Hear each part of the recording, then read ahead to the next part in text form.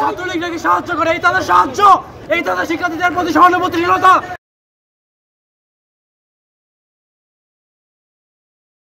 আমাদের দাবি মানতেছে না।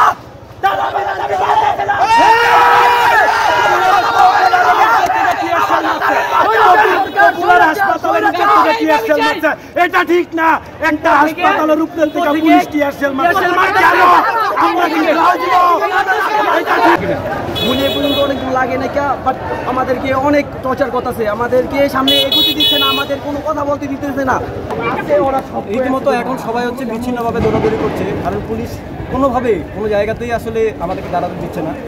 যেখানে সেখানে আমাদেরকে গুলি করা হচ্ছে, যেখানে সেখানে আবার বুলেট মারা। আপনারা দেখতে পাচ্ছেন আন্দোলনটা শান্তিপূর্ণ ছিল। আগে আক্রমণ কে করলো? পর্যন্ত ছিল, হঠাৎ